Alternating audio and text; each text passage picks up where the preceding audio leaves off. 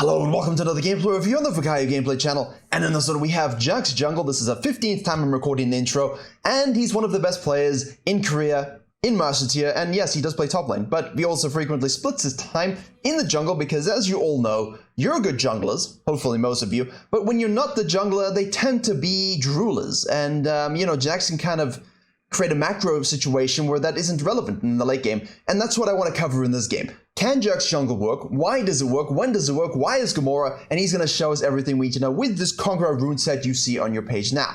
We are going to go for a late level 1 invade because Counter-Strike is a balanced and enjoyable ability, but I don't necessarily recommend it. Now, I started recording this, I didn't know what was going to happen, this happened, and I just needed to provide context. I prefer if you just started off more classically, you can look for your 4 camp, you can do Red Raptors Grom, we have covered this before, but these late invades with these kind of snowballing junglers, Rengars and so on, Jaxes, they can really work supremely well. Not a fan, but they can work. However, off we go on our jolly little ride, and the Wukong, meta jungler, super strong, is going to be starting up the red buff, which means you're taking the damage. We flash double Counter-Strike, the cleanser's used, Kai'Sa's going in, the mummy gets the first blood, but now you're forced to smite. The Wukong still has smite, he's able to get level 2, he's going to flash bonk you, you're dead. This does not set yourself up for success. And now you kind of realize why there's a 4k, 5k gold deficit at 15, 16, 17. And the thing is, though, it's not about the JAX, right? He gets himself back in the game. So we're going to look at how he does that. We are going to look at how he gets his team back into the game. And we're going to see exactly how you can use this pick to thrive even when you don't have the best start. Which is why it's good to talk about these kind of off-meta junglers, weird junglers, when you don't have everything going for you. It's very easy for me to say, hey, look, this jungler is supreme. Look at this Jin jungle. Yeah, he played well in that game, but obviously his team was playing well as well. So it's important to see kind of the tumultuous games, if you will, on these kinds of picks and how you navigate those arenas. Don't forget, if you want all those kinds of tips for the mid and late game on Warwick and Volibear, plus everything you need to know about them, those live companion guides are linked below, like this match history. So, not the best beginning. We know the Wukong is going to yeet this. The Vayne gets some first blood gaming on the top side here. Wants to crash this. She is super low, which is always kind of concerning for me because, the enemy jungler should just be rotating up. Well played. She gives the experience, but not the gold. So that is the most intelligent top lane Vayne we have ever seen in our lives. That's impressive. Now, he's going to go from his red to his raptors. It's taken him about 25 years to secure those, which is why typically a 4 camp, 3 camp is good on JAX rather than these late invades. But, that's what we're looking for. Obviously, we burned the cleanse from the Draven, and he's got no flash. The Blitzcrank also has no flash. We have this Amumu support rising again. I haven't seen it pop off. I've seen it do certain things sometimes, but it's not necessarily something that's kind of giga smurfing, but at least it has CC, excuse me for hitting the mic, and you can play around that. So we do Raptors into the Gromp so we can get level 3. And this is important because we don't exactly know what the Wukong's going to be doing in terms of raw clears. Akali dies, so it's all going to be falling apart. It will fall apart, okay? We have to navigate that and make sure we are as strong as we possibly can be. So we do the blue, we have the RNG Scuttle on the bot side, obviously still available, which means the top one's most likely been yeeted by the monkey that be. Our bot lane has kind of pushed us out a little bit, and Silas is obviously not something you kind of want to run into. That champion giving me a few headaches. I don't know about you guys, but it's giving me a few headaches. So this is the outside and roll here. We kind of go boom, boom, boom. This into this. Could do the crab first. Flex, and then you can just fall back into your blue side. There's not much else we can do at this stage. And that's important, right? You have to understand when you can do things and when you can't do things. So Wukong shows 24-2-0-1 from the first blood. Nice little bit of a dive. We have the clone. We have the GP. Let's go counter jungling. At this stage, he most likely did the red into the top side, obviously, because he doesn't have 28. So we know that the Krug should be available, which means we know it's a compromised invade, but usually around 417-ish, your chicken should be up. So he's going to go and yeet and steal and thieve the fried chickens of the monkey. And from this, we can get a nice angle of approach here. Silas is going all in. The 530 wave typically is when you get 6. In the mid lane, should no weird things happen, like in terms of backtimers, deaths, and so on. But at this point, he should be pretty damn close, so we should look to punish his aggression prior to that so we can get a kill. And as you can see here, he is very close, and we're able to burn the flash. Don't die, though. Don't die though. Ah, why'd you walk back in, sir? And that's why Jax is good. The counter-strike, he kind of has a Warwick vibe. You know, like Warwick's running away, he's running away. They think, aha, I got you. And then you just tone flash Q chomp and make a couple of autos and you kill them. Same thing with Jax. You're kind of running away and you just jump back in with a counter-strike bonk. And there you go. Because that Q is also pretty good. Like leap strike, 6.96 seconds, by the way, goes down to 5.22 with his current haste. Of course, you get more. That's quite a lot of mobility for a champion that can do a lot of damage. And I think that people have that issue. You know what I mean? Like, he's got a lot of tankiness. He's got a lot of damage. He can use his counter-strike for stuns. And he's quite decently mobile in that regard as well. So from the top lane perspective, obviously he's not an early game powerhouse anymore, but he is a snowballing powerhouse. And whether you're top lane or jungle, you're still looking to kind of get those small leads and then accrue even more and get a huge lead over the enemy jungler. However, we are only 6 CS up. The monkey is 202 level 5. We have held a wave, or ganked a wave at least, which is good. We took this, and now we can bounce back to base. Draven kills the Kai'Sa. The Kai'Sa dies. The GP, I mean, why buff him in the first place? Like, he was fine, and then it buffed him, and now, like, we need to do broad scope. No, you just needed to just not buff him beforehand. The plant gets hit here, which means we know there's going to be someone there, so we get hooked in. I don't think Draven's very happy about the Blitzcrank right now. That's just my perspective. I think he's fine. So here you would have seen this, like the plant gets hit here, he would have missed this, and this play happens, and now he's forced to disengage to his red side. So that's actually quite interesting how that happens. We fall back then to our Grump after holding the bot lane wave, and this is it. If you're in a game where you're down like 3k gold almost as a team, the main thing is that, are we? No, we're up 300. You know, we're as close as possible as you can see. And ideally, actually, you end up getting a 1, 2, 3 level lead over the enemy jungler, especially getting 6 first, because that pressure is so important. So if you're a jungler with these kind of lanes, please make sure you are using your lead to kind of try and offset some of these damages, but don't do that. That's not what you do. Which is why I like these kinds of videos.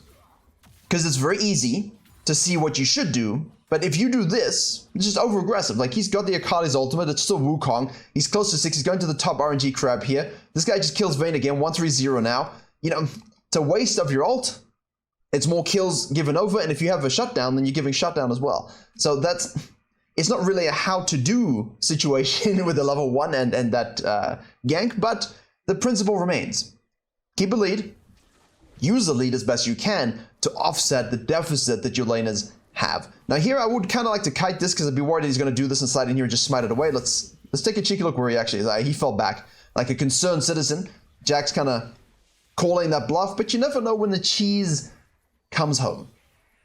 And that's the problem, you know. 9 times out of 10 you might do this and be lucky, and the 10th time costs you a game.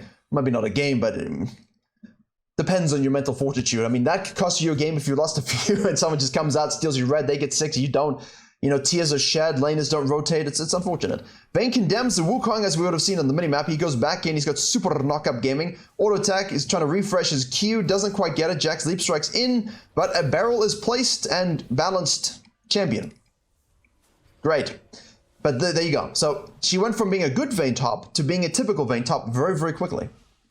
So you know when you have a Vayne top, you're going to have to understand, gonna have to play around that, especially with a Gangplank. Like a Gangplank is like, I don't really care. I'm Gangplank, so it's fine. Take this, hold this if she doesn't have TP, which of course she doesn't. They're always egoing with their subs, these top laners. You know, it's obviously good, but at the same time, we will enjoy the bounty that is holding the waves. So the orange does things, but we can leap strike over that. I mean, that's just... He just used it, Riot! But anyway, you know what? Is that good? Yeah. You think it's good, right? Right? I mean, if he's super fat, I don't really want to give a shutdown myself, but if I don't have a shutdown and he has a shutdown, I'll die for the shutdown. Just so I can go and use that lead somewhere on the map that's actually worthwhile, not the Vayne top lane. Fortunately, actually unfortunately, we lost the Herald, but fortunately the Dragon is available. Akali, how are we doing? Okay, let's have a look here. 3,000 to 3,700. That is gonna become way worse in favor of the Silas. Oh yeah. Blitzcrank is now ganking his own lane, which means we can assume the monkey is trailing not too far behind. We have a Giga Silence. Jax is doing his blue. There's a monkey. And we need to rotate immediately to this. Because, can we do something? No, once we see the monkey, he was going to cut in. The problem is if you cut in there and your team is super low on HP, they usually get collapsed on 3v1. And that's not the menage a trois you were looking for. So just kind of shadow in the background in case they dive. Collect yourself a kill. We lose an RNG crab again, which is a bit unfortunate. So what I like to do in those situations, let's just rewind. You see here, if it's clear you cannot get away with this, and this is spawning like 1 or 2 seconds, and you know the Wukong's most likely going for this gank, I kind of like sniping this and then just disappearing. Like you kind of, okay, well, I'm not gonna be able to counter gank this obviously because the dude's coming in, right? Here we see him there. I was shadowing this. Let me quickly, smite ideally and secure this super quickly, at least so I can see if they go for it. And then, of course, I can piss off back into my jungle. So that's a better use of your time if you think they're not going to go for the dive. If you think they're dead anyway, then obviously you give up the crab, you try and... Oh, sorry. If you think they're dead anyway, you take the crab and you don't care. But if you do think they're going to dive this and the crab is in the way of that, then definitely be there for the dive.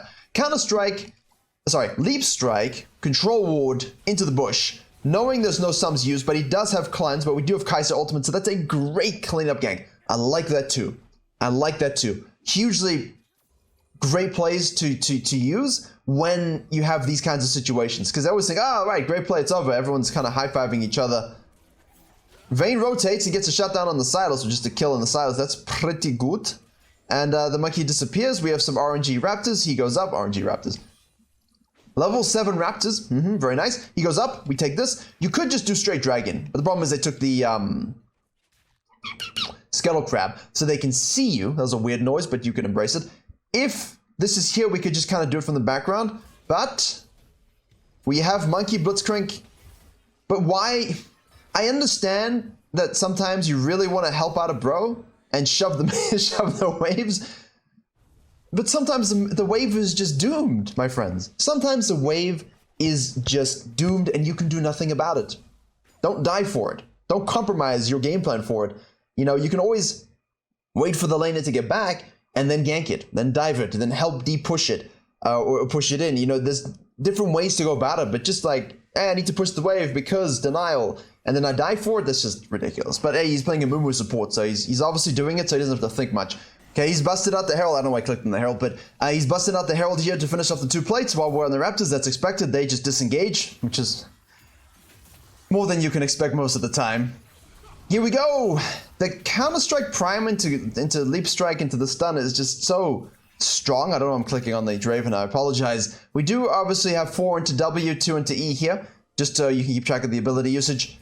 But there's not much you can do. That's what the Herald is super good for, kind of elevating the game state. Obviously taking that out of turret, but maximizing plates. Oh, that was there's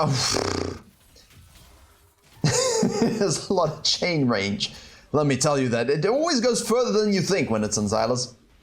Wukong, dead. Jax, doing Jax things. Lots of mana, bonking people that are low. We're going to take this RNG Scuttle. We have an Ocean Drake up. See, that's the moment right there that you're looking for. You're looking for them to overcommit just a little bit. Yeah, they used their Herald here. Yeah, you kind of got nothing going. You took this here. I mean, that's 10 straight plates already. That's 11 plates, you know. And you have what? Do we have 1? No, we have 2.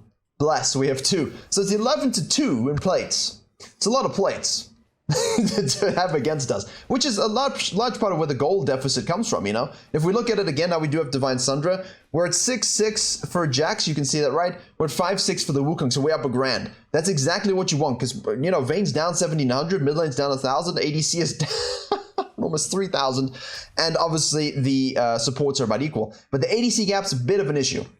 A little bit of an issue. I don't mind saying that at all. I think it's a bit of a problem. However, we are strong.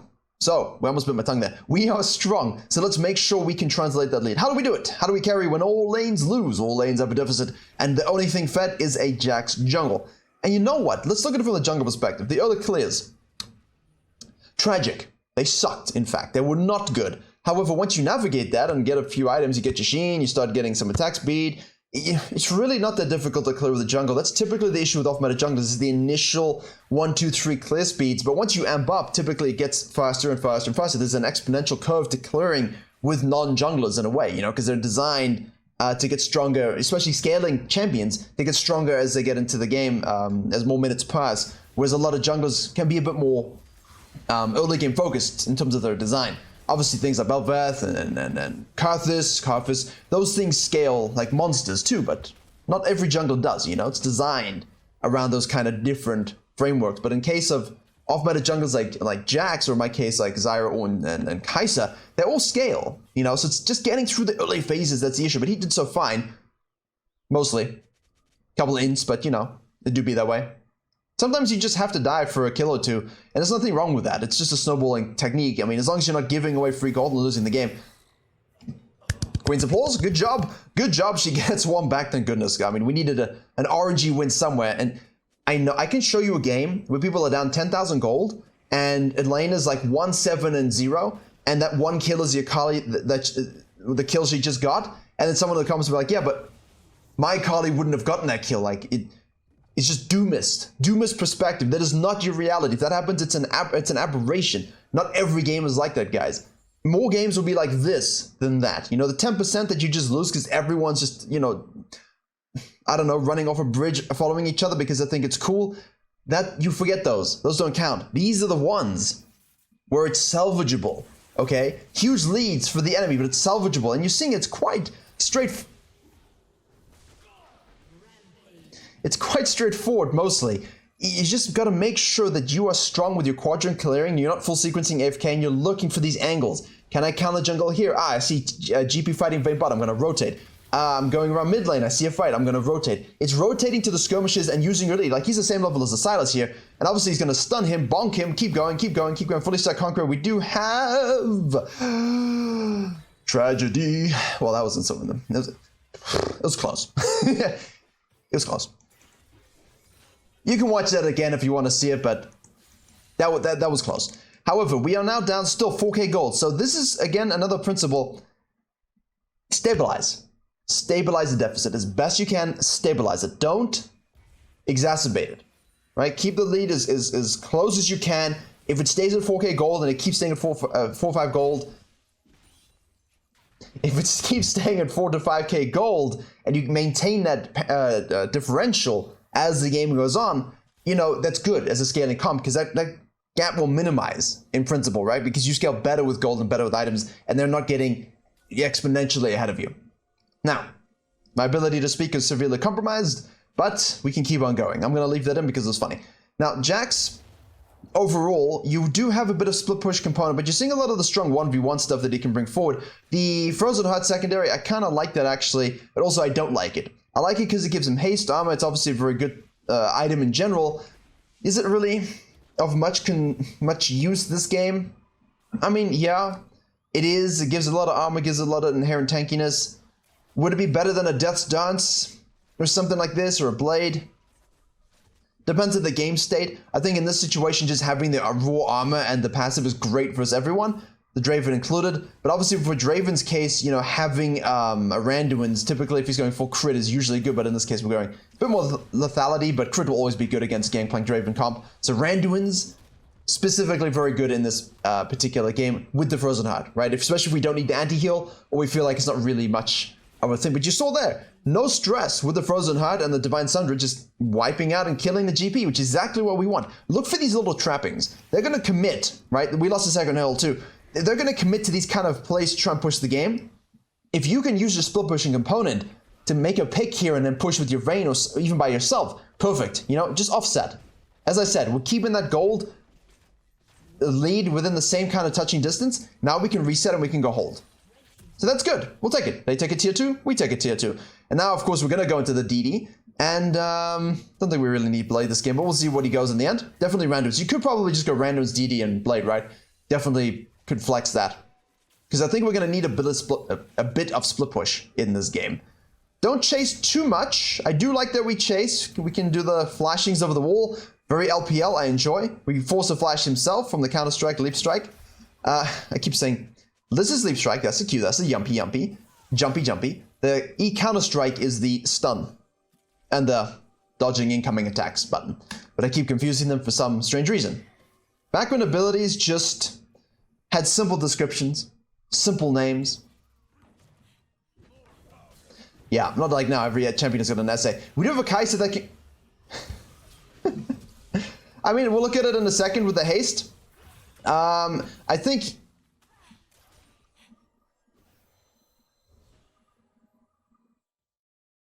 Haste, baby. Haste, as I said. That's going to be a huge ability to get in and out of fights. And remember that in the Empower, that gives you bonus damage, right? But it also works on your leap strike here. So you can charge your weapon, but it also causes the next attack or just straight up leap strike to do more damage. So it does give you bonus damage as well. It means magic damage also, which is kind of nice. One of the original hybrid champions. Him and Warwick and things like that. So, gold lead. 3k, right? We've minimized it by 1k. Go us.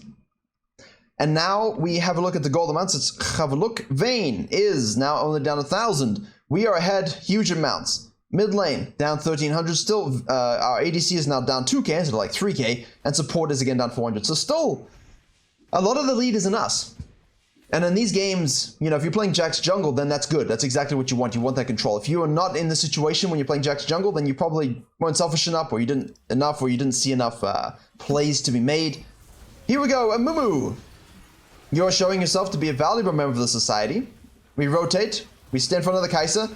Do a little bit of peeling. Make sure that she can be free in the backline. Vayne rotates as well. Nice little cleanup. Target, focus, target, focus. You see how good that is, though? What I'm saying by target focus. They're all focusing the same target, then they shift to the next target. Focusing one target, go to the next target. It's huge. I think a little bit... not too soon. Never mind. Well done. Yeah, so... You know, someone dives the back line, we turn and focus them. Then together we turn and focus the one in front of us, and we focus the next one. There's no kind of vacuum of the eyesights to the back line. Like the JAX isn't just diving the ADC in the back line while everyone kind of dies behind him. Just focus what's in front of you, help your team a little bit, especially seeing as you're fed. Go from one to the other, clean up, get a Baron, and now we are almost equal in gold. And now we can activate some split pushing. So, Vayne's basing. Amumu is showing himself to not be very much alive. Don't think there's a reaction to stimulus in that situation. And we do want to go ahead and prepare this dragon. So it should be a straight shoot from now, considering we've negated the gold lead. And we have Baron. So let's double time this one. If they want to fight, we'll take a fight. You know, at this point, you're strong. They're out of position. You go and don't die, though. Hook. Sorry, hook. Bandage toss. Yeah, see, this is my concern. I had some concerns about just jumping in like that. I wanted to fight in a good way, not in a weird way. So we also have some throws. So it isn't a straight shoot. And that's the problem. People like to do that. Well, there we go. We can skip that. So literally for the next, so we are 25, 24. Watch this. I can see on the timeline, right? Can see on the timeline. 25 to 24. We're still 25 to 24, okay? So essentially, they threw their entire Baron lead. JAX just runs in and tries to engage, and it doesn't work. Now he's caught out again trying to clear vision while his Kai'Sa's back in the base. Okay, Vayne's not really in a position to fight as well. He is putting himself in bad situations. I know JAX is strong, but please, a little bit of restraint. Look for those openings. Let your Mumu do some work as well. Use that great target focus we had. But here we go. They are not sieging. Mumu goes in with the ult. Excellent ult. Can we get a multiple counter-strike stun? That would be huge. We're using our stopwatch because we're going to need that GA, I think. The Vayne rotates here. We're using counter-strike again. Nice double stun. The Vayne's in the backline here. The Kali's diving around. The Monkey's trying his best, but Kai'Sa evolved Q says no. Good fight. Good fight. And that's a sacrificial fight. So we've changed our focus a little bit here. Yes, we had a bad engage and we died. Yes, that wasn't necessarily it's close in terms of fighting, but they have a GP, so it's really rough. But all he did was disrupt, CC, get in the way, gangplank, man, and make it so that his carries, his Kai'Sa and his Vayne, his ADCs, could actually just dish out their damage untouched. And that's even in low elo. On my Patreon, I put all my coaching VODs. I had a great Rammus coaching today, just that. He was just focused on staying in front of his carries and just letting them auto-attack stuff, making sure they were safe, peeling. And this was in bronze. So the principle holds, you know, how to team fight as a tank or a fighter. It really does hold. So we respawn, and now we have an itchy nose, but also we have Baron spawning. So we're going to wait for the Kai'Sa to join us. We do have a dragon that's popping up as well. Do you want to leverage the dragon pressure into a Baron? Depends on what champions you are. I kind of like going for the Baron here. The Mumu goes in. Can we get a flash? Oh, we do. So now we flash backline for double stuns. I think that's a little bit over aggressive. We didn't have to do that. All we had to do was peel. Now we're in the back line. Just, yeah. Yeah. If they win this fight, it's because of Vayne and Kai'Sa doing most of the damage. But you see here, I don't think we needed to flash in. I think we just needed to make sure we're kind of stunning the people in front of the ADCs, killing them, surviving, and then pushing. So he's having good team fights in terms of absorbing the focus. But please do follow the rules. Don't just go ham backline diving. Kai'Sa's getting stronger. Boom. Boom. Another one. And another one. But gangplank. Okay. Close. Close. But again, he's dying in these fights, but he's not dying in a bad way. He's dying for the... See, there's deaths. And then there's deaths. And when you're a JAX jungle, and you are not really focusing on the split push component, you're focusing more on the stuns, the disruption, the heal, then this is how you want to play it. But ideally, a little bit better target focus so we don't die, you know, as best you can. Yeah. Yeah, yeah. So Akali takes the bottom wave. Normally, if they don't in your elo, please make sure you take that bottom wave. But at the same time, if you're the jungler and you're bot and there's a Baron, not so good. So you want to kind of push this and push this yourself. But Baron's the play. Can we trap here? Akali doesn't have TP, obviously, but she has pressure. They're going to see this and try and force something. So if you have a fight here, you're going to have to do it without her. So do pay attention to that. See, there we go. That's better. Like, he's being caught out, but he's trying to escape. That's better. It sounds like I'm complimenting. No, it's not better. Okay, let's have a look to see what happens here. That's, again, not so good. The team fighting is now starting to concern me, considering he's a JAX main and he knows what he's doing. Akali rotates. Vayne, Kai'Sa, that's very tough for them to lock down. Yeah, okay. That's, okay. So this has got nothing to do with the JAX, unfortunately. But my point was more so, hey, I'm being attacked. We don't have all our numbers. Excuse me, there you go. Let me try and disengage and go back this way. But he died too soon. Definitely not how you want to be playing team fights. No. But that's good. I think it's nice to look at games where you kind of have a rough time. But at the same time, he's absorbing ults. He's absorbing a lot of damage. The damage tanked is obscene. And his team are able to play off of it. He held the line using his gold lead for as long as possible so his carries could get online. That's good. Right. We now have Wolf and Mortius. We're just going straight fighter. We're not even going anything like Blade or DD or Randomans. Could justify, but I think he sold the stopwatch again. So the team now fighting without him, which is fine. We can rotate to this, or we can just push. And this is a good thing. If your team fight without you and it's doomed, you can pressure quite easily as well. But yeah, so started off a little rocky. Good mid game to come back into it. A little bit of an issue with our team fighting, but I think it's good to look at bad team fighting as well. Because a lot of times on this channel, we look at things that, yeah, they snowball a lot, and that's kind of how you want to play, but it's not the reality of it, is it? You have the wrong engages, you don't have the right team fighting, and you die because of it. And what are those implications, and how could we fix it? I think it's good to look at. But overall, we still will have the highest KP. We still have good damage with our team. We still control the game and use our lead very, very well. However, the team fighting does concern me a little bit. He's too aggro. He's too much in the back line. Just focus on those things that I said, and I think you'll have a good time. So, back to base. Take whatever camps we can. We've got some control wards. We can go lay some vision down. We've got a dragon respawning. We've got 2 inhibs down on the bot and the mid. A split push JAX with TB could go topside now to leverage that pressure, but I think here we just go and snack this. That's why you want to be in the pit for the smite.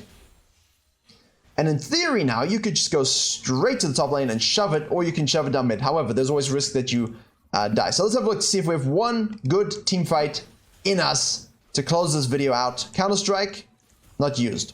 Ward used. Vayne's going to the top lane. We're trapping the bush here. Kali repositions, and Mumu ult is stolen by the Silas. Okay, so 10-8-14. It hasn't ended as well as it began, but honestly, it's still a good performance. And at this point, I know a lot of you are thinking, well, JAX Jungle then. This phase has nothing to do with JAX Jungle. This is just to do with JAX and how he plays JAX. The guy knows how to play JAX too, so it could just be a rough game and not really understanding the enemy team comp, trying some different itemization, all these good things. Good stun, disengage, reposition. Wukong's over chasing. Wukong's going to go in here. They're going to try and force on the JAX again.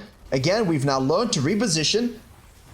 Very, very good. You see, that's much better. We're disengaging ourselves. Kai'Sa goes into the, Vayne goes into the backline. Now we can re-enter with another counter-strike, which we, of course, used to hit 3 people. Beautifully done. Much, much better team fight. There you go. There you go. A much better team fight. And, you know, sometimes you're only going to have like 4 or 5 core team fights, so it's important in the first 2 or 3, ideally 1 or 2, when you make those mistakes, you can learn from them quickly. So in those game-winning fights, you know, like the 4th and the 5th fights, you're actually doing the right things, kiting out baiting spells and surviving, and then you can re-enter. So, an interesting game, a long one for you, but I thought it was a nice game to have a look, good one to learn from, pros and cons. Hopefully you enjoyed and learned something. Please do leave a like, comment, share, subscribe, all those good things. Have a look at the main channel for different kinds of videos, lots of effects. Patreon has your coaching, VODs, and coaching signups. Zara.gg live companion guides for Warwick and Volleyball link below. And as always, I will see you all in the next Fiesta.